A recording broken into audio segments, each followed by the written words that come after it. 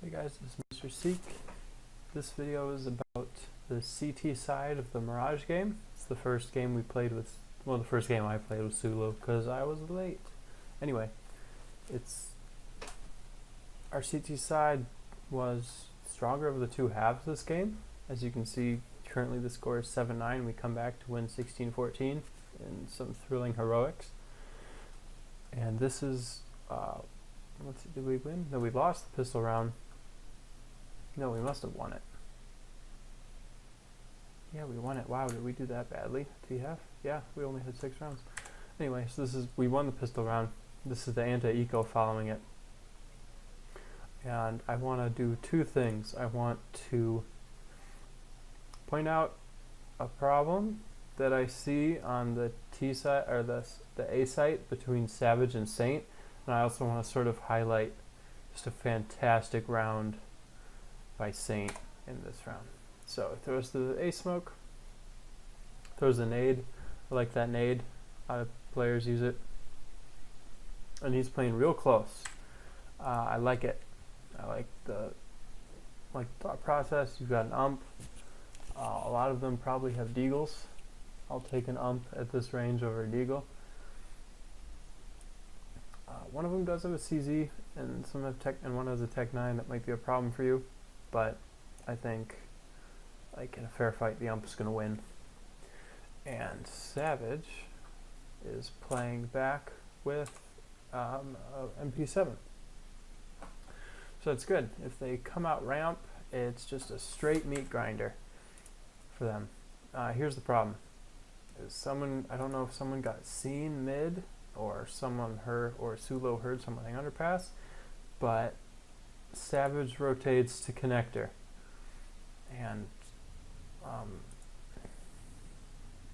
a little word of wisdom is that when the standard default play is Savage, you are the anchor, so you stay in this area, and Saint, you are generally the supportive player, or like the free player on A, which means you're the one who's going to be playing close. You're going to be playing close palace, and you're the one who's going to rotate to connector, and you're going to generally play in this area. That looks obscene. Up here, up close, or on stairs if you want to play back. But the problem is that you're close. You had a great setup, by the way. And just good decision making all around. Savage goes connector, and suddenly you're screwed, because what they do is they rush this smoke, and they rush the smoke, and they rush palace at the same time. So basically, in order to hold this position, you have to kill 4 people because you have no help, and luckily you do, actually. So I'm going to go back to Saint, your perspective, and play the round. 1 kill. Nice spray. Get out your pistol. 2nd kill. You have the nows to get back into ramp. You managed to get the triple guy. I think the guy on site, does he kill you? Or yeah, he does. He gets you. But 3 kills, a close hold, and you played very well. The moral of the story is that if you're going to play close, Savage, you should stay in sight. You should stay in sight, or CT, or like Ninja, or somewhere where you can get the trade. Because if Saint doesn't have any backup, he's probably going to get traded. He will probably get that first kill, but if the enemies have better guns, he probably gets traded there. Alright, what I want to talk about in this round, it's the concurrent round, and what Glaive and Zipnix do over at, I think it's Zipnix, yeah, over at A, is when they feel themselves getting separated, and I think in this round Zipnix goes, yeah, they're doing sort of an A stack, where Glaive throws the same nade he throws every time, but instead of pushing close, he's going connector. And like it's a little bit of a bad smoke, but it works well enough. And what happens is Careby gets picked early, but Zipnix is able to fall back and push ramp.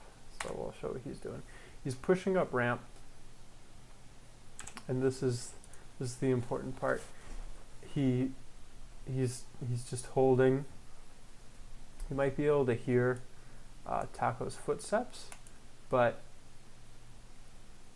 Glaive is coming just to check in, just in case Zipnix gets rushed by someone, because they know there's someone near A. But they regroup just in case they get rushed, and that can be a really good strategy if someone gets picked on a site, is to regroup in case they try to aggress. Because a lot of times what T's will do is they'll get one pick, then they'll rotate to the place where they got the pick, and then they'll push through. So it can be a good thing to communicate, like, hey,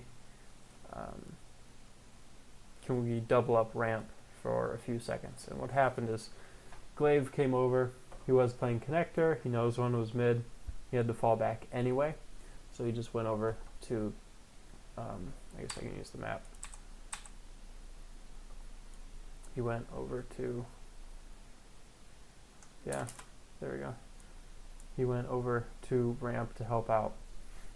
But then when when their cat player got killed, he knew he had to rotate over and make a play. He didn't. He lost, but that's right. That's just how to manage a few rotations. All right, guys. This is the first. That was the second. This is the fifth round of the CT half. We lost the first gun round. This is the subsequent gun round. They only saved 2 guns, so we've got a good shot. We've got ops and everything. And again, I'm going to be looking at the A site. Saint had a little problem with his buys there. I like the setup. Savage is holding the ramp with the op. It's good. Saint, it's a good idea to go Palace in this case, because Savage is really open to an offer watching Palace at this point. But here's the problem: is you just walk up. You walk up Palace like this with no utility. Granted, we don't have any utility, so that would be why. Ideally, perhaps getting an ump and then getting smoke and 2 flashes would have been a better buy in this scenario, because you could have at least flashed yourself in Palace, and the ump and the FAMAS do nearly the same damage at this range anyway. Or you could have just stayed on balcony. After all, it is a 5-on-5. Savage has an op. Let him make point of contact. But the dangerous thing is very often, like, just say, for instance, what if instead of sending 2 guys ramp, they decided to go 1 ramp and 1 Palace, and there was someone watching this? They've got AKs and head armor. I mean, one guy has a Galil, but that's still a fair fight, and you probably die. And if you die, Savage doesn't have any backup. So I'm going to show you a bit. I'm going to show you a couple rounds from an Astralis SK game and show you how Glaive plays this position. Okay, so this is how I recommend Savage you push Palace, or whoever's playing A, if we mix up positions. This is the second gun round of the Astralis SK game. It's about 3 months old, the game. I don't remember exactly what tournament it was, but we're going to spectate Glaive, because he does a great job of using utility. So that first flash is to flash anyone coming up top mid, and then he nades Cold Zero. Does he get it? Yeah, a little bit. But when he pushes Palace, he smokes it off first. And what that does is it lets him, in this case, he gets a free kill because Taco's looking the wrong way. There's a nice crossfire because Device is holding the angle. And what you'll see Glaive do is instead of pushing the smoke, he holds it for a bit, and then as it starts to fade, he like walks into it. See, he's doing it now. And he walks into it just to get sort of in a cheeky corner, and he just peeks a little bit and falls back because it's an anti-eco round. There's only one guy left alive, but that's how you can get aggressive at A, where you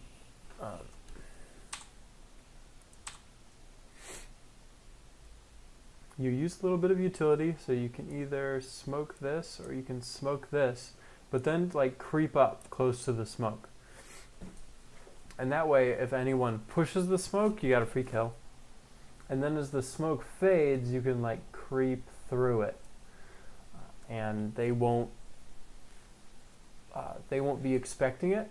And even if there is someone there, you get the information that you get is often worth it. If it's still a 5-on-5, or especially if we're at numbers disadvantage, so if it's a 4-on-5 and one of us have been picked, that can be really useful. The dangerous thing is to don't go in there with no utility. Like that smoke is really important, or if Savage, you can throw a flash into Palace for Saint to like swing in there. But the smoke it off and then sort of walk push it, or even like flash it as it's fading, is a really good call. And I think we'll win one or two more. We'll probably win like one more round in every CT half just by pushing A a little bit more intelligently, so we don't get taken advantage of. Okay, so the last round I want to go over is the eco stack that we did. We had a couple of eco rounds. One was pretty successful. This one was not. So it's good to throw the smoke at the beginning of the round. I think I threw the smoke because it doesn't let them know you have pistols. So a couple ideas. Spamming the smoke isn't really a good idea when you have a pistol because it lets the enemy know that you're on eco. Let's see, what was the buy like? So in this case, it's sort of ambiguous whether we were on eco because it's going back and forth. A lot of times a CT team will force buy like we did in order to break back the terrorist economy. But so Savage, you're the first one to get picked. You were, what the heck is up with my camera? Let's go someone else. Sulo, how about? So the idea of stacking a site is that two people play close, but play close and hide. So this isn't really a good spot. I much prefer one sandwich and one up where Church is playing either in dark or on the balcony so that they can come out. So the idea is you let them come out to Tetris, and I had two flashes. So the idea is once they're at Tetris, I flash here and then everyone peeks. So Church swings, Saint swings, and I swing. And the idea is we can get kills that way. So this, that's just a pointer on how to play eco stacks. It's good to have someone spotting mid, just for information. But from there, I want Saint. I like this spot. Myself, I like this spot. That's why I picked it. But just Savage, just stay in sandwich, so you don't get picked from Palace like that, because we're gonna we're trying to let them walk out. We don't want to give them any picks until they're in the site. But yeah, generally we played really great that CT side. And I think if we incorporate like 2 of these techniques into our game, we'll be able to consistently put up the 8, 9, 10 rounds on Mirage CT side. Hopefully our T side will be good enough to keep up, but that's a story for another day.